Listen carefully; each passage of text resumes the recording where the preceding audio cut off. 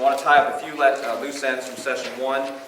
One of the questions was about examples of the psychologized self, and I sort of struggled on the spot to come up with some of those, so I tried to think about that last night when I wasn't sleeping in the tent. And really, any movie or story or book that has a journey of self-discovery, that's really the psychologized self. So honestly, that's most kids' movies. Okay. Anytime there's a character who's like journeying to discover themselves, and then many times over against their parents, who are the bad guys, right? Anytime you have a story that is on that character journey of internal discovery, that's really the psychologized self. I think also in the way we talk about work today, a lot of times, I encountered this when I quit my teaching job. Many people were, and right, I understand what they were saying, but they were like, well, you got to do what makes you happy, right? You got to do what fulfills you. You got to follow your passion. Well, I didn't quit teaching because I was trying to follow a new passion. It's more so that the scenario required me to do so. You know what I mean? If I were to have told my grandfather, who worked in an Anchor glass factory in upstate New York for like 40 years, if I were to tell him, I'm so glad you're getting a sense of fulfillment from your job, he probably would have looked at me like, what are you talking about? You know, it was more that it was a way to provide, right? And yes, there's meaning in making things, and work is a part of what it means to be human. There was work before the fall, right? But we've made it into a sense of identity almost, as a way to sort of express yourself or fulfill your passion. So I think those are a couple other examples of how we see that today. Just a couple other things on the handout. We didn't really talk about some of these things here, so I just want to point those out to you for further reference. Some graphic organizers from the session 1 handouts to try to help visualize what we talked about. The top one here, God's truth being the truth, to my truth, your truth, to my truth or else. Right? That's really the progression we documented in our session yesterday. Right? The idea of objective truth outside of the self, something that's revealed to us. Then this idea of a relativistic understanding of my truth versus your truth, to the point we are today where my truth or else. Right?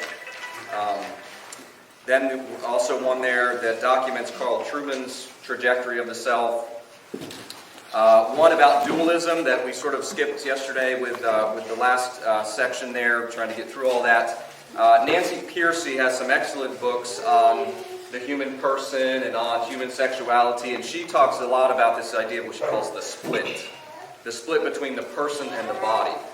And this chart I've compiled to help understand what she talks about, that many of the modern issues we face today, abortion, euthanasia, homosexuality, transgenderism, and so forth, all of those topics really are an example of the split, where we're splitting the person from the body, an internal sense of self versus the actual human body that we have.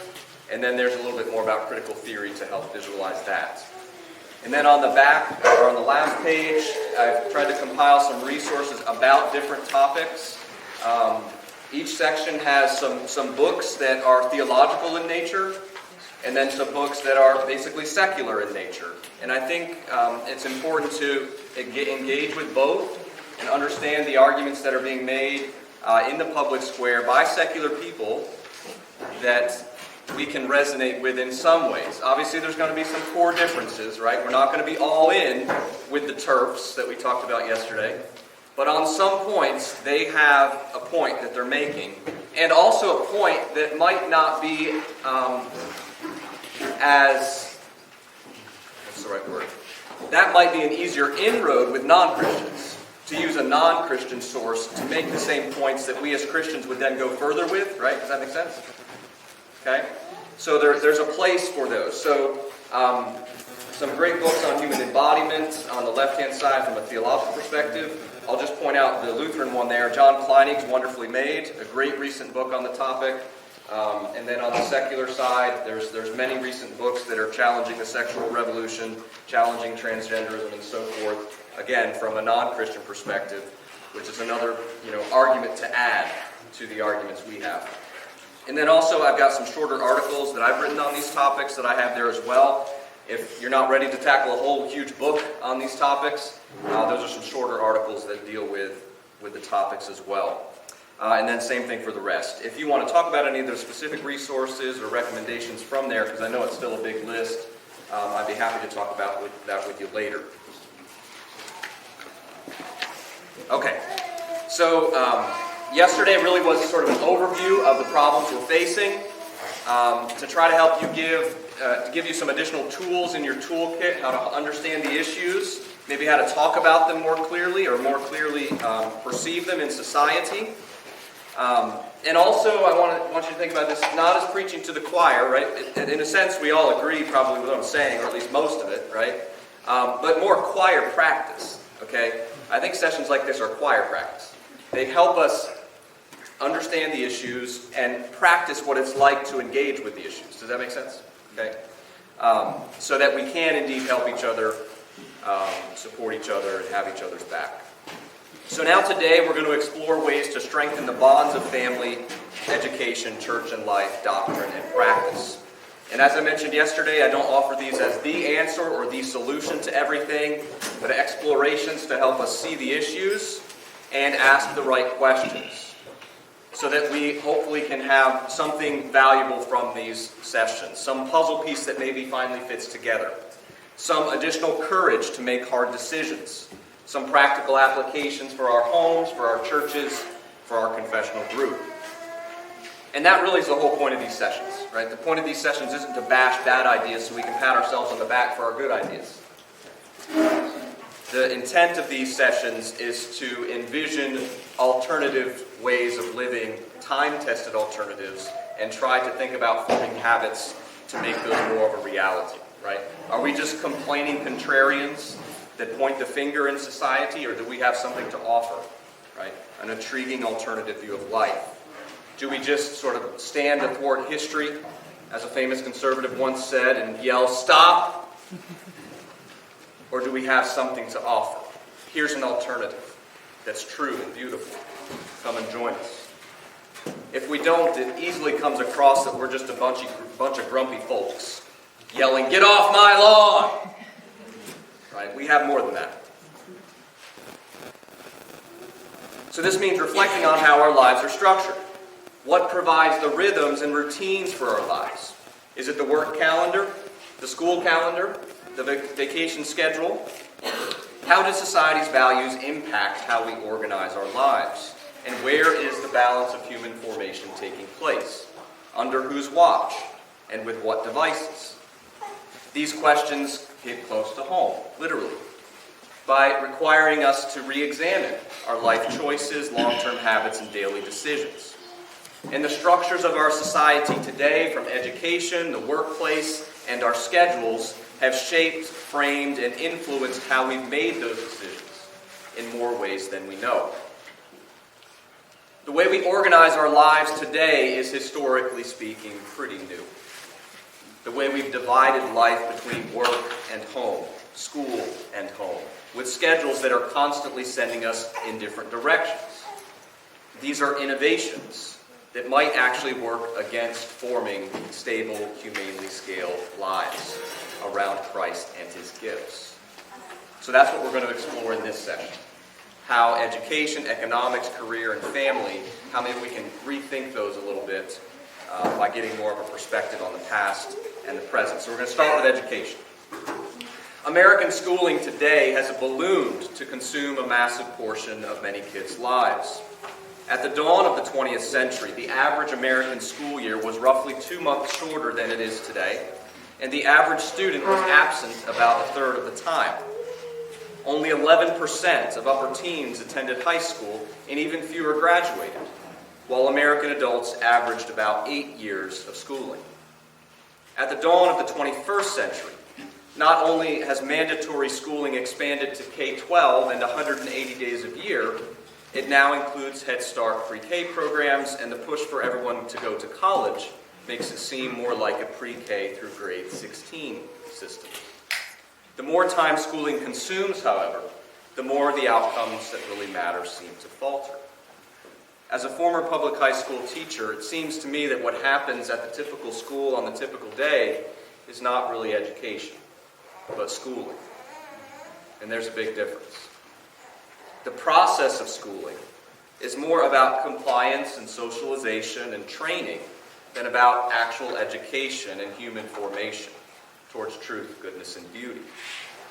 In his prophetic 1971 book, Deschooling Society, Ivan Illich argues that modern schooling causes students to confuse process with substance, by which the pupil is thereby schooled to confuse teaching with learning, grade advancement with education, a diploma with competence, and fluency with the ability to say something new.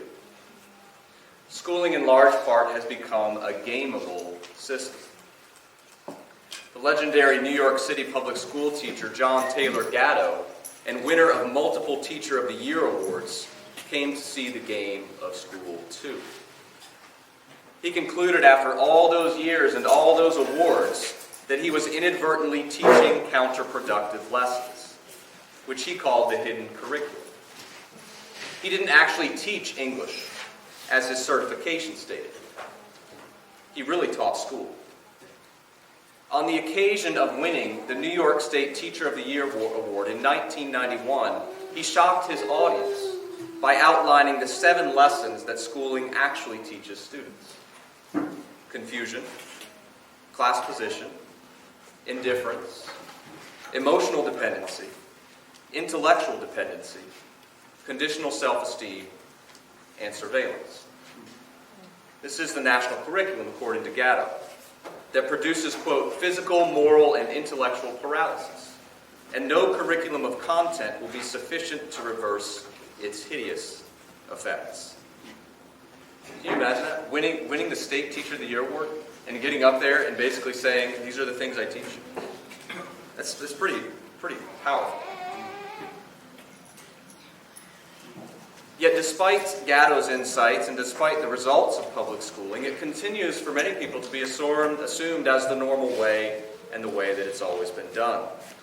Gatto explains, quote, "It is the great triumph of compulsory government monopoly mass schooling that only a small number of people can imagine a different way to do things." To Gatto's 7 lessons, I suggest a few more.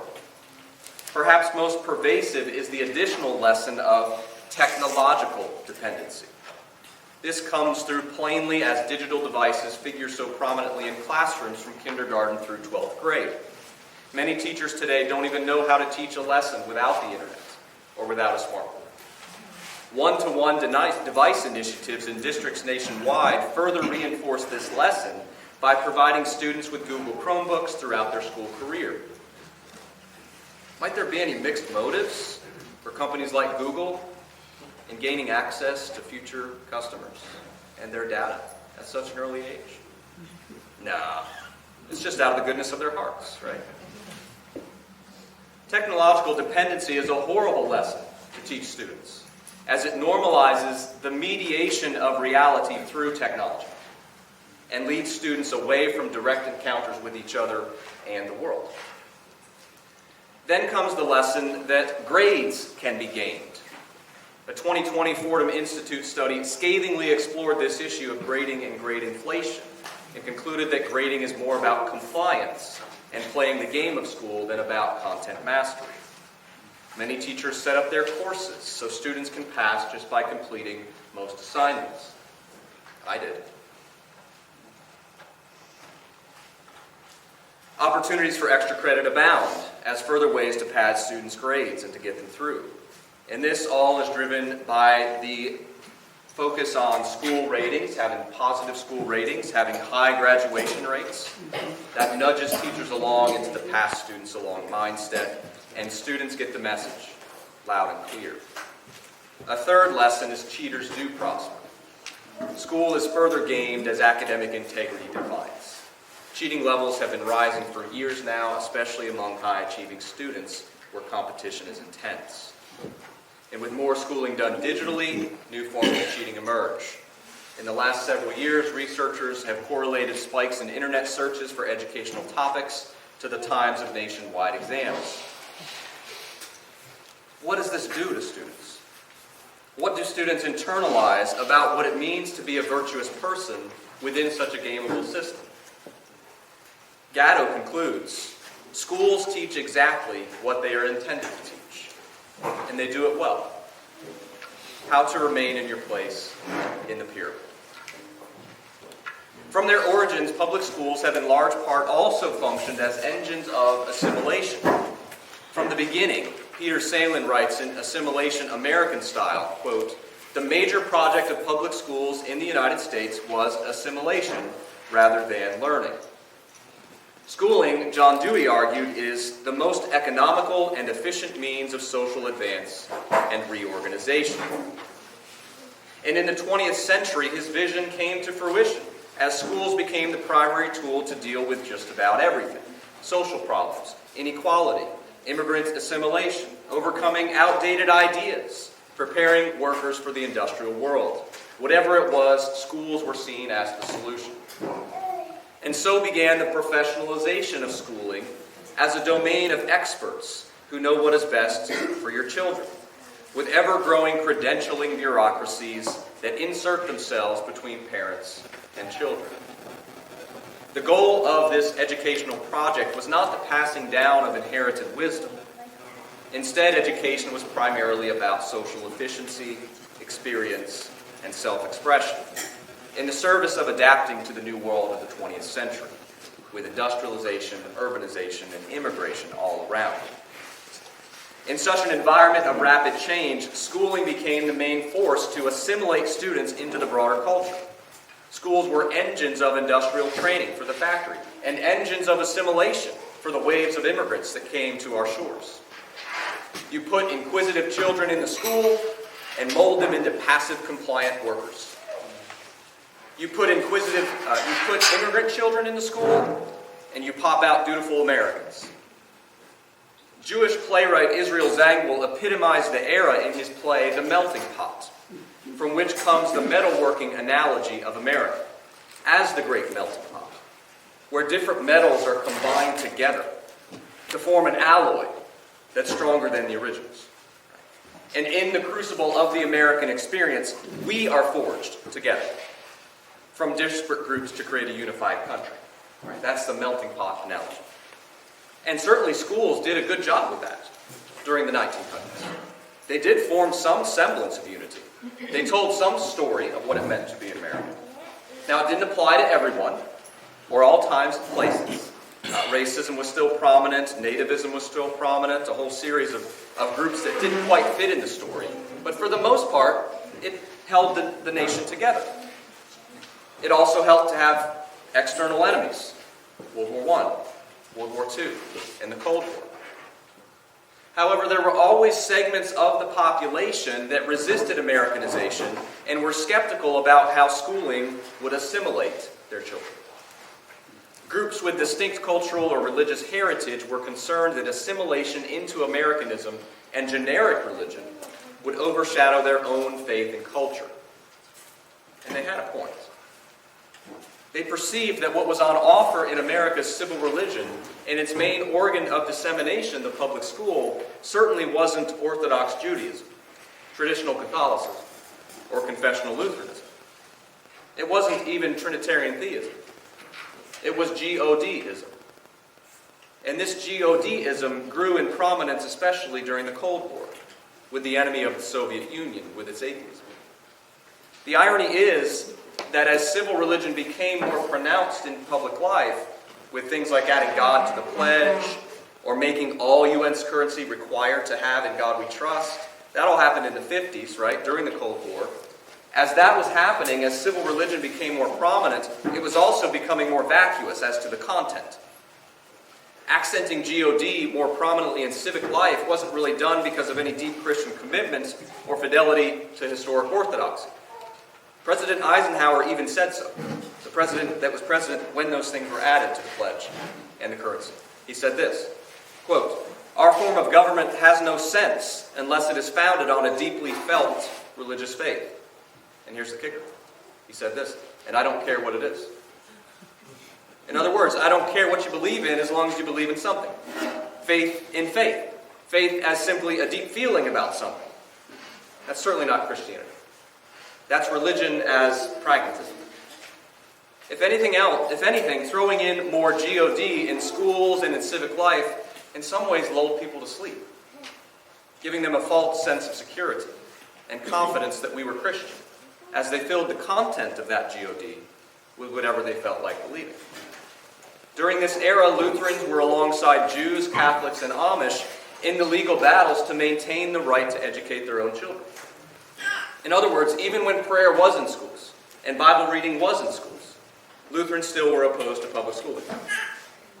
Their basic argument was that neutral education is impossible.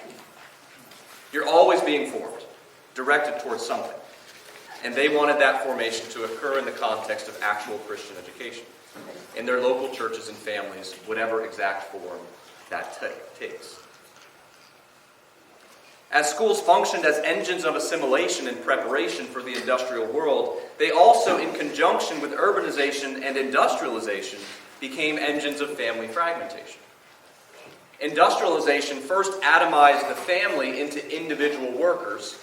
Now schools cemented that separation further, as children were required to be at school for larger portions of each day and year, away from their parents, and certainly away from the world of work, whether in the factory or the home. As industrial life continued to advance and the mindset of mass schooling penetrated deeper into society and in the modern psyche in the 20th century, the possibilities of family-centered arrangements were obliterated.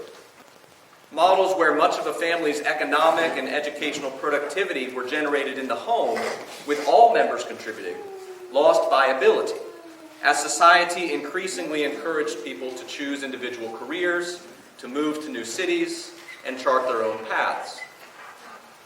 Schooling played a significant role in normalizing this autonomous, isolated living through the daily practice of separation from family and through schooling's strong messages of self-fulfillment and careerism. Technological changes also were central in family fragmentation. As modes of transportation went from horses to railways to cars, it became more likely and feasible for families to scatter. The relationship between home and work also changed as industrialization unfolded. The older model of family production on your property was gradually replaced with going to work at the factory and eventually the office. Instead of mother, father, and children all contributing something in the home economy, in the industrial world, work became the domain of adults, especially male adults. The stark isolation of home from work increased the isolation of children from parents and mother from father. Schooling, an industrialized economy, and consumerism all have played a role in enthroning the autonomous individual, as we see today. So I'd like to pause there after the first part for any questions or clarifications. So that was part one, sort of an overview of history of education and family fragmentation in relation to both education and industrialization. John? What's when I spell Gatto? G-A-T-T-O. Dumbing Us Down is one of his best books, and I've got it on the list there. Yep. And how about the 7 things it teaches? Could you run me Sure. confusion down to surveillance?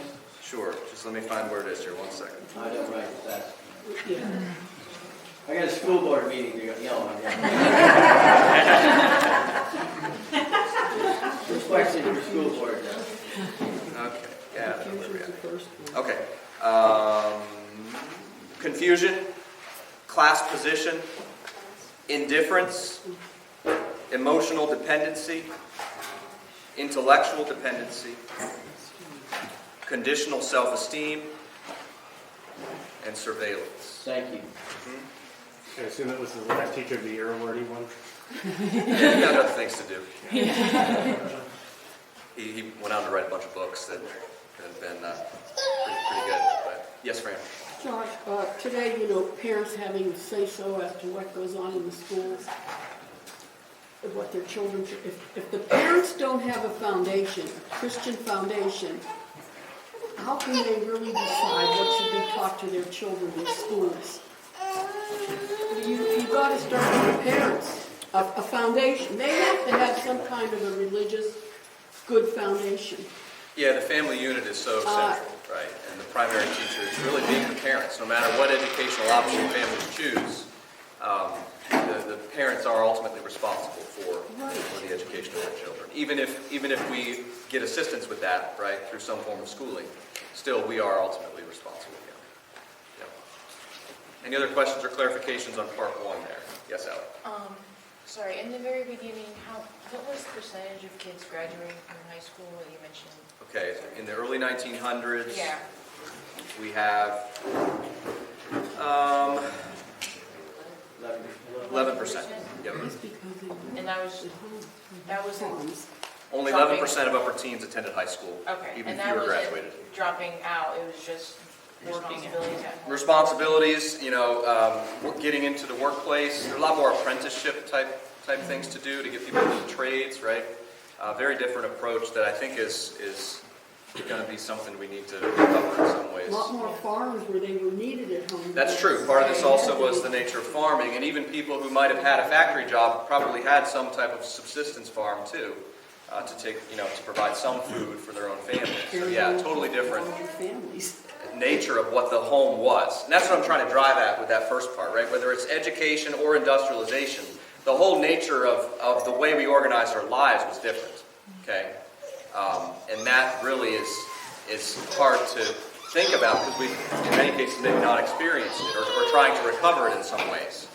But that sense of going to work, which is assumed as so normal, right, is fairly new, historically speaking. It was something that happened much more naturally within the home setting, or going to the marketplace with what you produced at home, right, and those types of things. So definitely some creativity is required to keep the family unit central today. Yeah, Katie.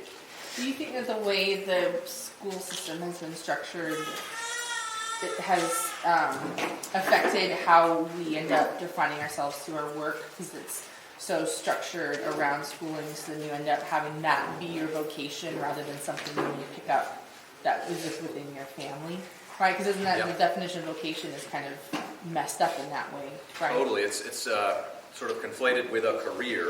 Yeah. And schools do play a big role in that because when you take any type of moral formation or those types of things out of schooling, all you're left with is career. Mm-hmm. That's all you can tell kids, right? Well, you got to get your grades so you can get a good job. You got to go to college so you can get a good job. It's all career driven instead of vocationally driven, which are things that are much bigger than career and also outlast career. Yes. Right?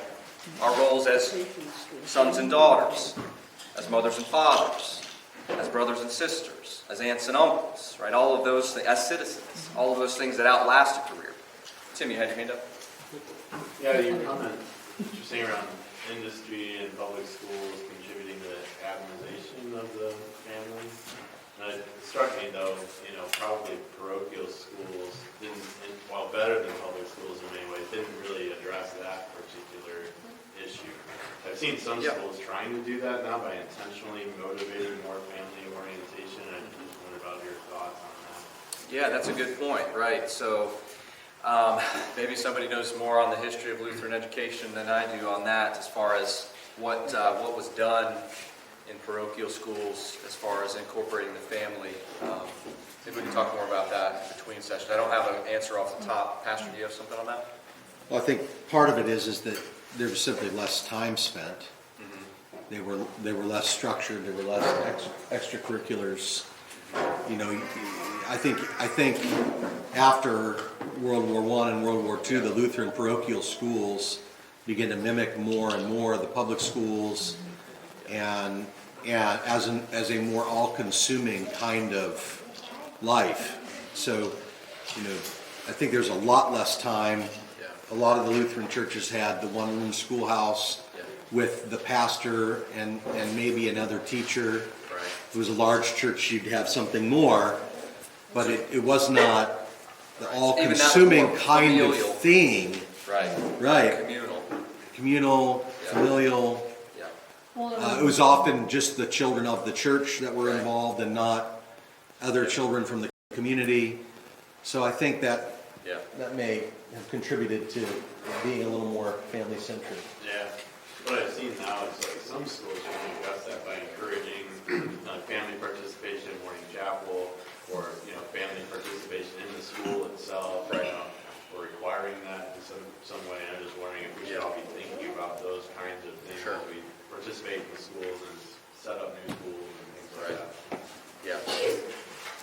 The Amish today still do that. Come from a community in Ohio that was very, I think we can learn a lot from the Amish. 8th grade is all they went to, but they knew more than the city kids. Yep. Well, I know my daughter has a preschool, Lutheran school in Arizona, and I know that she struggles with the fact that a lot of the kids that come, or the parents that bring their kids there, are kids who have been disruptive and haven't had a good home life, and they want to just point their kid in school that, well, maybe they'll be able to make them behave here, or maybe they'll be able to motivate them to learn here, or whatever, and then the parents just, go to work and leave them and don't. Right. I mean, she's got kids in preschool that haven't been potty trained, and they're expecting the teachers to teach them that. It's crazy Right. how parents have just, School has become a second parent. Yeah. Primary parent. Well, I think the lesson is there's no drop-off model that can work. There's no assembly line model that we just sort of plop our kids on and then it just cranks them out the way we want them to. It's a lot messier than that. It takes a lot more family involvement. Yeah, Pastor Jeffries. I wanted to say how much I appreciate the discussion of GODism because my entire life I've heard how great the public schools were in the 50s and 60s and how God was still a part of it and we should bring prayer back into schools and absolutely not, because that wouldn't be Christian. And it wasn't Christian, it never was. I agree with that. I do. I think that's misguided to try to fight to get prayer or Bible reading back in schools because it's a generic GODism that, if anything, it sort of inoculates you from the real thing, I think. Now, granted, it might have some cultural value in some ways as far as putting something into the water as far as, a worldview that includes God. But if you watch schools today and how they deal with the Pledge of Allegiance, it'd be the same thing. I mean, none of them say the Pledge of Allegiance. They don't even have to stand up. And it's the same concept with we're not a Christian country. We've never been a Christian country. We've been a deist country of sorts. But, and then to realize that and to be aware of that makes us focus more on this topic. Yeah. More intentionally. So, right. Certainly the what philosophers call the social imaginary of the time definitely was influenced by Christianity, right, at the time of the founding. There were certainly Christian assumptions sort of in the water. But to go further than that and to make an argument for some type of specifically Christian nation or something, I think I'd agree with you there that that's a bit wrong-headed too. Yeah, John. Yeah, I was just wondering, so what I was hearing is like some of the big drivers were the state trying to produce good citizens at one point, the factory trying to produce good factory workers. What about today? Would you say there's like a big driver in today's educational model? Personally, what I saw and experienced, we were pretty much still stuck in the factory model. It's still, you got bells, you got classes. Most schools look like factories or jails. I think we've never really changed from that model because it's like it's like turning a big ship around, right? It takes forever. And the things are just ingrained so much that any attempts to change that basic system or structure just don't work. That's what I think. But.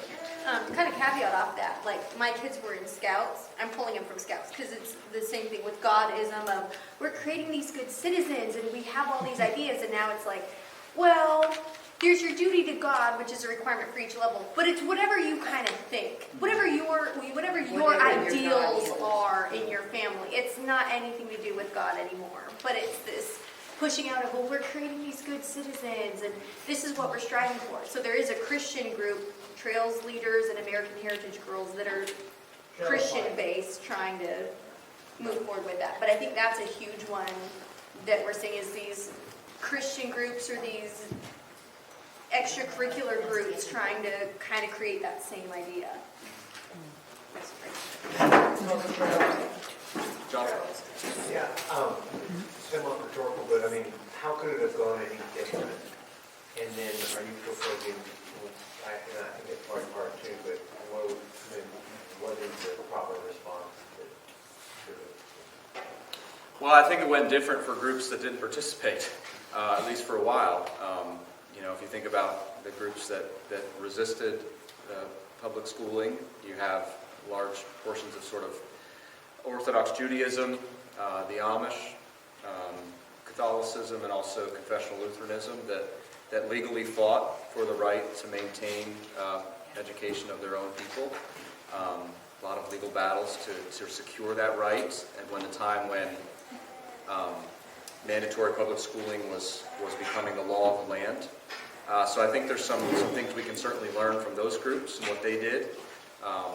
I don't think there's any big solution. I think it's going to be more small, local, grassroots solutions. I mean, groups like this, right? We're learning from each other. We're building our community. We're building our relationships. We're going to need to continue to do that. I think there's many types of schooling options that are emerging. There's obviously parochial schools. There's hybrid schools where some is online, some is in person. There's obviously homeschool and homeschool co-ops. There's churches that are starting micro schools and one-room schoolhouses. So there's all of these littler options that I think give us a better chance of passing down what we want to. And that's a conclusion I've come to kicking and screaming. Because it, yeah. So, anyway, any other questions? Yeah, Ed? Have you explored I've heard it from, I think, Kuntz talk a lot about the Yankee influence, or basically our current educational model has its roots in the Yankee model, the Northern New England educational model that's kind of replicated itself throughout the United States, and basically they pretty much won out. And as they diluted the faith that they had been trying to pass down to their children, that's the secularization that's kind of happened as a result. I think that's a little bit oversimplified because the Yankee model would be different models depending what part of the Northeast you're in. For example, the Puritan communities really were the first to form common schools because they believed their kids needed to be trained to read the Bible. And they certainly indoctrinated their kids into Puritanism. So it wasn't a generic, model. It was community-based. These were community schools that were formed by local towns that were, the central thing of the town was the church, right? Town meetings were held in the church. In some cases, even in those towns, you had to be a member of the church to vote. And some of those things maybe get too far, but so there's things to be learned, I think, from the Puritan model of schooling. But if we're talking more of a maybe late 1700s, early 1800s, when we get to like Horace Mann, and the common school becoming more associated with the state, then maybe. In the South, in general, you did have a more local approach. You had a lot of private tutors during the colonial era, and so forth. But I don't think I'd be comfortable turning this into a North versus South thing. I think that's too simplistic. I think more of regional models, but not necessarily. Yeah. Okay. All right. Well, let's move on. Okay. Yes, ma'am. I just want to think because I work in a Christian school. Yeah. And we're always looking at this as a negative, what's going on. But it really has a positive effect on the Christian schools. I mean, they are busting at the seams. Where a few years ago they were closing because they couldn't pay the bills. Nobody was, paying to go. And now, what is going on in these public schools? We're getting out of there. We are going to start taking care of our family and what they believe and how they're going to be taught. That's right. It creates an opportunity for sure to be leveraged. So you've seen an increase of attendance? Yes. Yeah. I mean, That's great. We have a waiting list, and not just our school, but many of the schools in our community, as well as, when I talk to other pastors who are at schools, they're having the same scenario. I mean, people are wanting something better than what they're offering in the public schools, because they're realizing that's not what we want our kids to know. That's right. We want to be out of here. And so, when years ago, it was like, oh my gosh, this this school is closing over here, this, you know, this has been in existence since I was born, you know, and it's so sad to see this one closing, all of the, you know, the Lutheran high schools, you know, up north. And now they're like, we need to start something, because, you know, it's just not a good place out there in the public schools. Right. Yeah, the last few years I think have caused a lot of people to rethink the way they organize family, home, and school. And that can be a great blessing for us to tap into and to leverage what we've got and build what we have as well. Yeah, thank you. That's good. Okay, so I'm just going to hit a few points from part 2 and then move to part 3. Part 2, connecting the dots, what I was doing there is just providing some family stats on isolation and loneliness. I'll just throw a couple out there. For example, Washington, D.C., 45% of households in Washington, D.C. are occupied by a single person. Millennials leading this trend, roughly 6 in 10 live alone. So we very much are seeing the fruits of autonomy on display in the living arrangements of many Americans. If we think about autonomy as well, it's a central concept in the abortion debate, bodily autonomy. In the LGBT issues, gender autonomy is an important term. And even in the political realm, citizen autonomy is assumed. That we have the choice, right, to make choices about politicians and so forth through voting and whatnot. And then also autonomy comes very naturally online as well. Because you're in control, right? You're constantly, clicking, swiping, tapping, and the computer's obeying your will, right? The screen obeys your command. But that also forms us. Okay, so let's go on to part 3 then. Living the truth. First, I want to critique some of these ideas from the inside, and then we'll get into some possible alternatives and things to think about. First off, absolute autonomy breaks down. It actually enslaves one to the self. And you also miss out on the reassurance of limits. There's actually empowerment in submission. So if we think about how we learn music, or learn a language, or learn any new skill, you submit to the rules of that domain.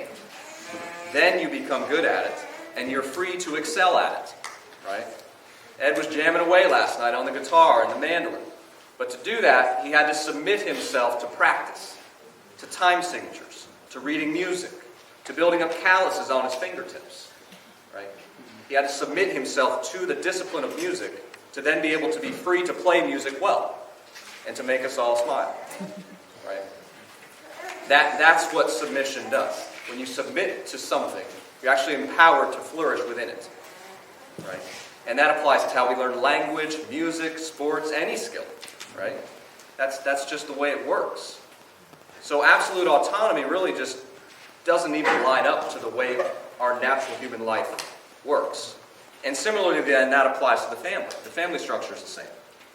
Life within the family structure fosters human flourishing and freedom in ways that autonomy cannot. Now, family life isn't freeing in the sense of completely untethering us from responsibility and commitment, but it does free us from vulnerability and loneliness and isolation, and instead provides us with the original community in which we find meaningful identity and can make meaningful contributions. And everyone plays a role in this. Young children, adult children, parents, grandparents, aunts, uncles, siblings, all have a central role to play in God's design for the natural family. And I prefer the term natural family over the nuclear family. Because the nuclear family really emerges in the 50s as people are living in more isolated arrangements, mother, father, children, right? The natural family encompasses more than that, okay? And again, it's an older model of how we view the family. That's something Alan Carlson writes about in a lot of his books about the family. He's a great LCMS writer and author. He talks a lot about using the term natural family, okay?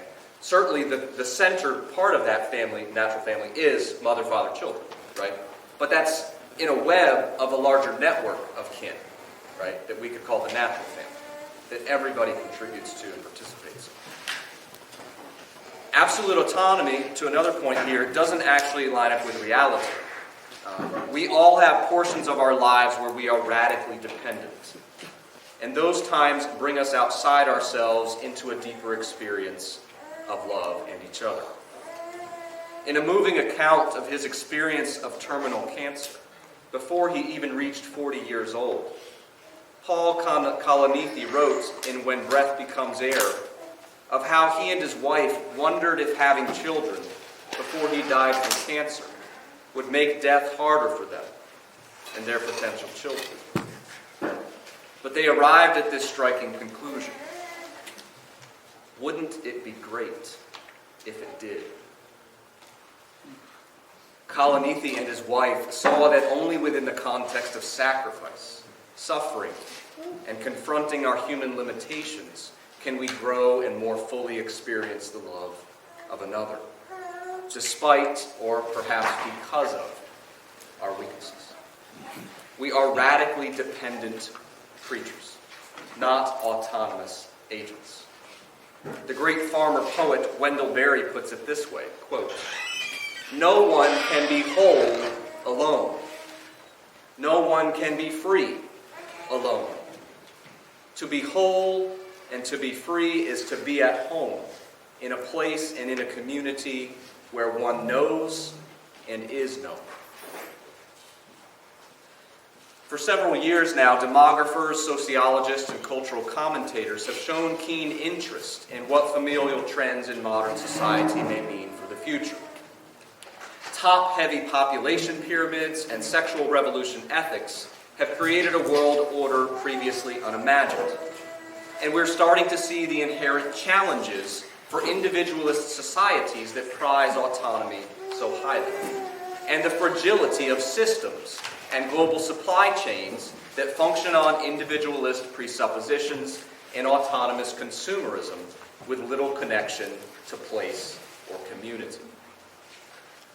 Mary Eberstadt suggested as much back in 2013, quote, "One need not imagine a full-scale crisis to see how the pressures of a shrinking and aging Western population might force a new reconsideration of the family." Perhaps these things might come to pass, perhaps they may not, but either way, we can practice a wonderful alternative found in the natural family. Not because of some existential threat, but because it is good, stable yet beautiful, ordinary yet miraculous, mundane yet enchanting. Unified home living and economic and educational productivity were quite familiar to generations past when life orbited more naturally around family and local community. In that environment, lessons in self-sufficiency, household thrift, and the efficient production of goods flowed quite naturally from hearth and home. Work was more a natural part of life, on your property, in your home, on your farm, in your bakery in town, with your living quarters above it. The family was seen as the productive unit of society, engaged in economic activity that involved mothers, fathers, and children in homes and in the marketplace. As challenges inherent in our modern economic arrangements come more fully into view, a simple family-centered household economy with everyone contributing is not stale but smart, is not limiting but liberating. Now, this is not a nostalgic longing for some past era, nor I'm saying we should all quit our jobs and go to the forest. I'm not romanticizing about trendy, chic homesteading, but we certainly can do things to shift the balance of formation back towards home and family. Whether you live in a city, a suburb, a town, a house, an apartment, or the countryside, your home already is a home economy, whether you think of it that way or not. Whether we've devoted efforts to making it such or not. Whether we're a one-person household or many. Whether our kids are out of the home or we still hear their little feet. Whether our children live with us or whether we live alone. The question is how to make our home economy stronger and more fruitful so that it reinforces a unified, holistic view of life. To help with that, it's good to think about the home economy as a two-sided coin. On one side of the coin, the home can be a place of revenue-generating production for the marketplace, which it was in the pre-industrial world. Probably not as common today, right?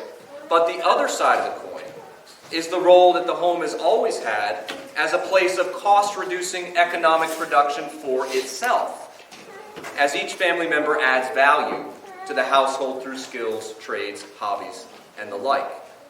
This cost-reducing, yet value-adding side of the coin especially comes through in the Greek word economy itself, which comes from oikos and nomos. Pastors, what do those two words mean? Oikos. Household. Family, right? Nomos. Law. Right? So economy, the very word that we associate with cash, GDP, interest rates, right? Global issues with banking and so forth, actually originally is referring to the household. Okay? A place of productivity, creativity, and fruitfulness. Thinking about these questions certainly is hard and challenging, and there's no easy answers or options to pursue. But no matter your profession or work schedule, we can build families that are productive, resilient, and together. I think those are three key things. To be productive as a family, to be together as a family, and to build resiliency as a family. And I think we can do this in many ways. A few possible ways that are fun and financially productive involve what used to be called the household arts. Plenty of lessons can be learned right in the kitchen. We eat every day. We have to eat to live. But we can do more than just eat. We can learn things together by preparing food, by growing food, by passing down family recipes, right? This can start very small and grow into something very complex, right? It can start with tomatoes on the back porch to, tilling up your whole yard. It can start from learning how to hard-boil eggs to making an Eggs Benedict, right? But all those things help build skills of resiliency, build confidence, right? Lifelong skills that also have a financial benefit for the home in saving money. The home, I think this is very key, should not be viewed as a place of consumption, but a place of productivity, fruitfulness, as a place to develop competence, maintenance, and so forth. We must break free from consumerism. So much of modern politics and culture simply wants to make us consumers. Break it.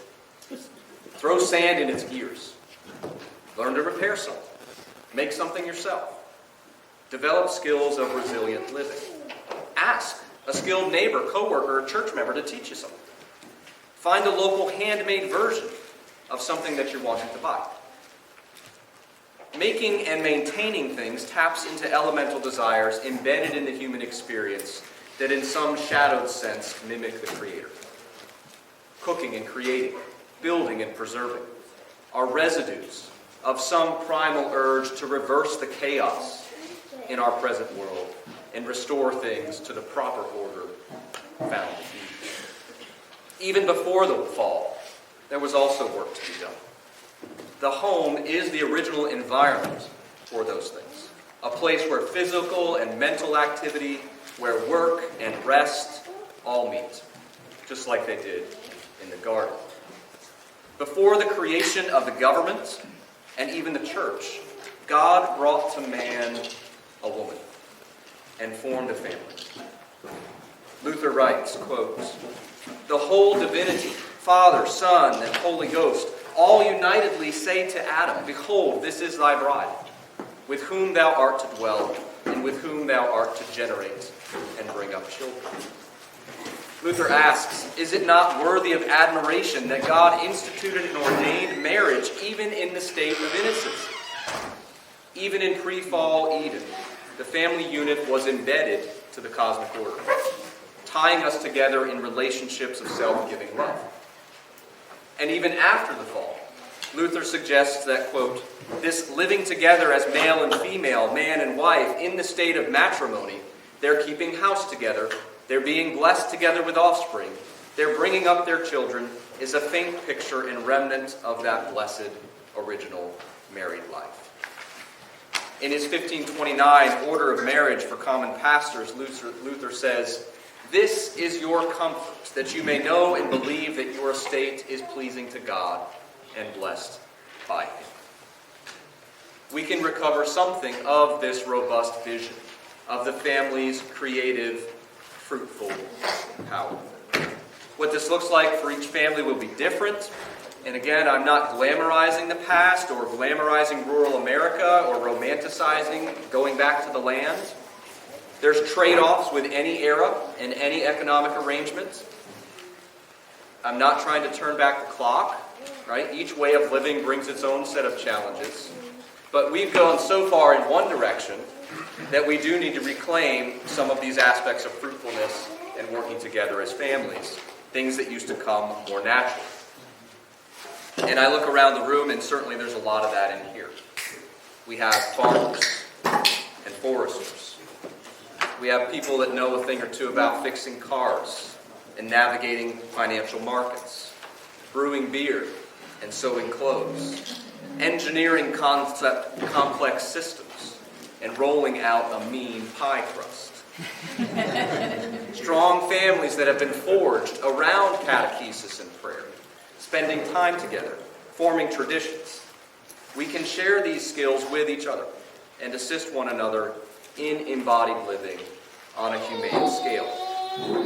We want to strengthen family life and homes, not because of some apocalyptic event that may or may not be coming, not because some political party is in power, not because of some conspiracy theory, not because we are preppers, but because we are people. Here we need to be careful not to be driven by fear or anxiety or predictions of the future that may or may not be true. What drives us is not fear, but rather what is good, true, beautiful, and human. This means we don't hoard, we share. We prepare, yes, but in order to give. The purpose is to serve God and neighbor, not to stock up on more sacrifices at the altar of mammon. Each additional small act, practice, and choice we make to shift the balance of human formation back to where it rightly belongs is worth it. There are 1,000 small decisions that can lead towards treasuring this original community of family. Food from your own garden, a home repair completed by you and your children, taking ownership of your children's education, no matter what form that takes, a freshly baked loaf of bread, catechizing your own children, incorporating daily devotions, reviving old family traditions and forging new ones. The more we live life outside the machine, the better. Such habits forged in the crucible of the family prepare the way for meaningful service in community, based on the same values and choices made first in the household. No matter our stage in life, the home can be a place of creation and generation, contemplation and sanctification. Whether you live alone or with others, your home can be a place of productivity and life, a place of catechesis and prayer, a place of hospitality and welcome. All this requires intentionality. It doesn't just happen. It takes work. I think also we do need to be careful not to glamorize those who are in the stage of life with lots of young children, as if they are more spiritual than others. Certainly children are wonderful. The blessings of marital life and the gift of children is wonderful and should be celebrated and done so loudly in a culture that does not value those things and delays marriage and delays children, right? But I think also we need to make sure that the way we present and talk about these things, that it's clear that everyone, no matter their family situation, is a full participant in the family of God, right? Whether we're single, whether we're married with tons of kids, whether we're barren, whether we're divorced, whether we're widowed or widower, right? Everyone is in the family of God. So how do we do that? That's the hard part. Right? The church is a place for all. Everyone has a role. Think of the beauty of the elderly worshiping Christ, who despite a life of ups and downs, pain and suffering, have been preserved in the faith.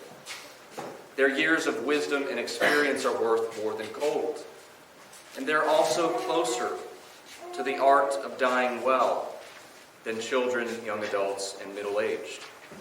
How can we learn from them? they also have an opportunity, along with those who are single and those who are widows, to pour into their church family in a way that those who have children don't have the time to do. The church also has an opportunity to serve the elderly in unique ways as health declines and more care is needed. The only time a homebound member sees their church family shouldn't be on a screen when they watch the worship service. They should see us too. We should go and sing them Christmas carols. They should go along with the pastor on a visit. The only time the homebound member sees a church member should not be the pastor, only the pastor I mean, and should not be on a screen. How do we do that, right? How do we facilitate a more robust way of serving all the family of God, right? And singles, I think, is a group that especially we need to think about, okay? They are also full participants. John Kleining's recent book, Wonderfully Made, has a wonderful section on singles and singlehood. I'm just going to quote a few parts of that. Some things to think about that I think are pretty interesting. One, he says this: singleness serves its own God-given purpose and has its own beauty, even though its importance receives far too little attention in the church. Singlehood is a primary mode of human life in the body that even those who marry share before they marry and still share when they are married. Everyone experiences singlehood, and such original solitude is an essential part of our humanity. So there's some things he says about singlehood. I don't think we think about that.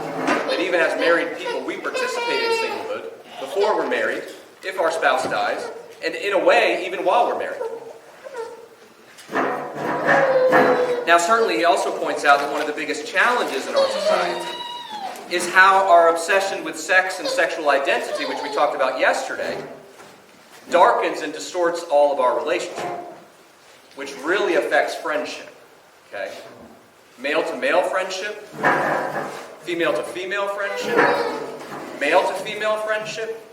All of those things are very hard to facilitate because we have a sexualized view of the self, where any deep male-to-male friendship has like some weird connotation of sex, right? So that creates a really difficult dynamic to build meaningful friendships within the church. He says this: our obsession with sex and sexual identity darkens and distorts all our relationships and moves friendships from being a gift to be something regarded with suspicion or latently erotic. When all relationships are sexualized, friendships are greatly diminished and often undone. The church, then, should be a safe place, sexually, that contributes much to the recovery and promotion of friendships for single people. The church, we live our covenant life together. This is our eternal family. I think some of his points are really, really good to think about there in relation to singleness. I think also, again, the doctrine of vocation is helpful. We've already mentioned this, that the doctrine of vocation expands to include all of life, multiple roles within life, beyond getting married and having kids, certainly beyond a career. And again, in a society where marriage and family is downplayed so much, we need to scream that loud and clear and celebrate it and find ways to help our young people meet good possible spouses so they can form marriages and form families, right? All those things are very important. It's one of the greatest callings in life. But it too has a telos. It too has a destiny. And as we see in Ephesians 5, Christ and the church don't get their inspiration from human marriage. It's the other way around. The perfect image is Christ and the church. Human marriage reflects that ultimate marriage of humanity and God. So the mother and father's ultimate identity is not found in being a mother or father, as great and wonderful as that is. It's ultimately being in Christ and being his bride. Right? There's no marriage in heaven. So again, wonderful gift. Don't get me wrong. But if we put all of our identity in being a mother or father, what happens when I find out I didn't do a very good job at that? What happens if I realize I never can have kids? Right? So I think it does need to be situated in the bigger picture of the telos, of the destiny of marriage to Christ. It's in this realm of family and also the accompanying sexual ethics that Christianity will look most countercultural, weird, and intriguing today. This is one of the most revolutionary aspects of early Christianity, too. In Sarah Rudin's book, Paul Among the People, he explains that Paul's teaching on sexuality was liberating and freeing in the pornographic Greco-Roman world. Paul taught a completely countercultural concept that husband and wife were to value the body of the other, with mutual conjugal rights over each other's body. This channeled male eros into monogamy and self-giving agape. It also elevated slaves and women beyond objects of pleasure for the wealthy. It filled marriage with love. A Christian understanding of the human person and of family imbues sex with richer meaning, one that remade ancient civilization. As Rod Dreher summarizes, quote, "In Christianity, what people do with their sexuality cannot be separated from what the human person is." In our day, when autonomy, transience, and instability are the norm, Christianity offers givenness and rootedness. We are planted in webs of mutual interdependence that are given. At our birth, our name is given. Our place is given. Our family is given.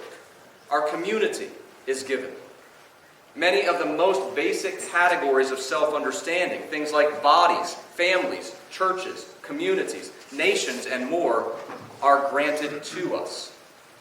That is, if we're willing to dethrone the autonomous self, who only sees self-chosen commitments as authentic.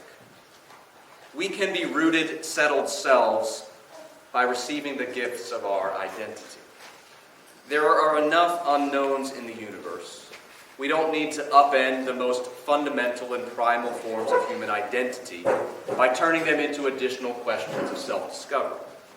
Instead, we can reorient around our given identities that plant us deep in families, communities, and churches. We have been planted in a garden.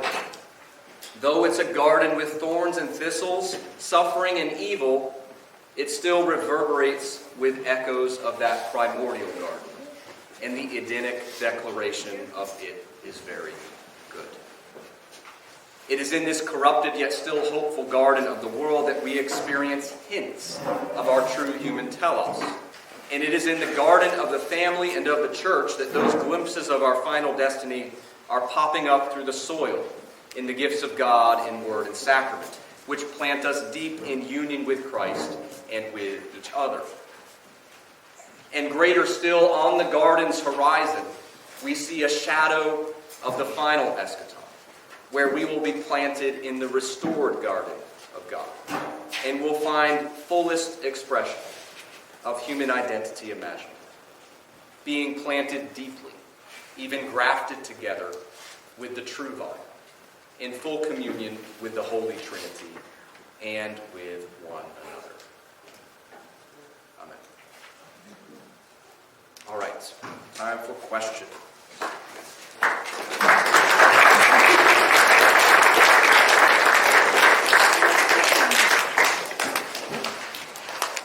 Questions, critiques, concerns? I noted on some of your readings, this Front Porch Republic. Is that a book? It's an online magazine. Oh, it's okay. Yep, so all those articles that are listed under each heading, those are available online. So if you want to read some more about those topics, if you type in that title, it'll come up. Okay. Yep. I noticed in several places on your... Yes, ma'am. Part 3, subheading 2B, what were the 3 states? Okay, great, thank you, yes. So if we go to the charts there, I've got some things about the 3 estates. Thank you. Sorry. No, it's good. We'll talk about the graphic organizers there. I've got sort of a comparison of what contemporary happy life is described as versus a Christian response. Sort of a digital view of life versus a Christian response, and then some things about the 3 estates. So the three estates, Luther talks about these variously. The household, the state, and the church. And I have there the Latin words for those, which really come straight from the Greek. Oikonomia, politia, and ecclesia. I think the most interesting one, looking at the original word, is the household one. The family, the home economy. So these are the three orders, the three estates, the three stations. Luther calls them variously throughout his writings. I'll just quote the quote in the box there. First, the Bible speaks and teaches about the works of God. About this there is no doubt. These works are divided into three hierarchies: the household, the government, and the church. Right? So all of society can be sort of placed into those three estates, orders, or hierarchies. There's some other quotes from Luther there describing those things. I put in parentheses frameworks for flourishing. That's certainly not a Luther phrase, but I think it's a helpful way to think about what they do for us. Okay, they're not structures that limit us. They actually help us flourish. Right? They're frameworks for flourishing as human beings. Other questions? Tim? Hey, just one question. You said culture wants us to exist as consumers rather than producers. You're referring essentially to the family, right? The family unit, maybe fruitful would be a better word than producers, because producers could be related to the workplace too. Is that what you're getting at? Yeah. I mean, I might just accentuate that. I agree with you 100%. But I think they want individuals to be producers, but preferably as part of like large publicly held corporations specializing in fields, right? Where you're a cog in the machine. Right. Yeah. And they probably prefer families not to exist at all. But if they exist, they only exist as consumers, right? Right. I appreciate your thought. No, that's good. That's a good clarification, right? By producer, we're not referring to sort of the workplace, assembly line model, whether that's in the corporate office or the factory or some, different industry. We're referring to fruitfulness as a family. That the closer we can be to that direct production, the better. Good clarification. That quote from Henry Ford about it's so bad that he has to hire the whole person instead of just his hands. Yeah, right. The hands are the part that does the work. Who cares about the rest of the body? Right. Yeah, that's good. Any other questions, comments, concerns, critiques? Yes, John? I was just curious if you could maybe unpack a little bit. What I'm hearing with the autonomy is, it's kind of an illusion in the sense that we are dependent, and maybe we need to look through. Maybe we become too dependent on the state, it becomes too big, and we're trying to figure out where they sort of gotten out of their bounds, and now, the things of the church or the things of the family should be doing, we need to kind of like reorder things. But can you talk a little bit about personal autonomy in the sense that I'm a moral agent and I have individual responsibility to make moral choices? Is there sort of a distinction there? I prefer the term agency, which you just sort of use moral agent. I think human agency is something we need to express. I prefer that word because autonomy, I think, has all that baggage of self-law, right? That's what autonomos means. So agency is our expression as human beings that we are responsible to make moral decisions. And that through that expression, we also sort of build confidence, and it sort of reinforces itself as we express agency in the world. Whether it's something as simple as learning to ride a bike as a kid, right? Which then gives the child more agency to do new things and build confidence to do new things. So I like agency as a word there. Yeah, that's good. Anything else? All right, thank you so much for your attention and great questions.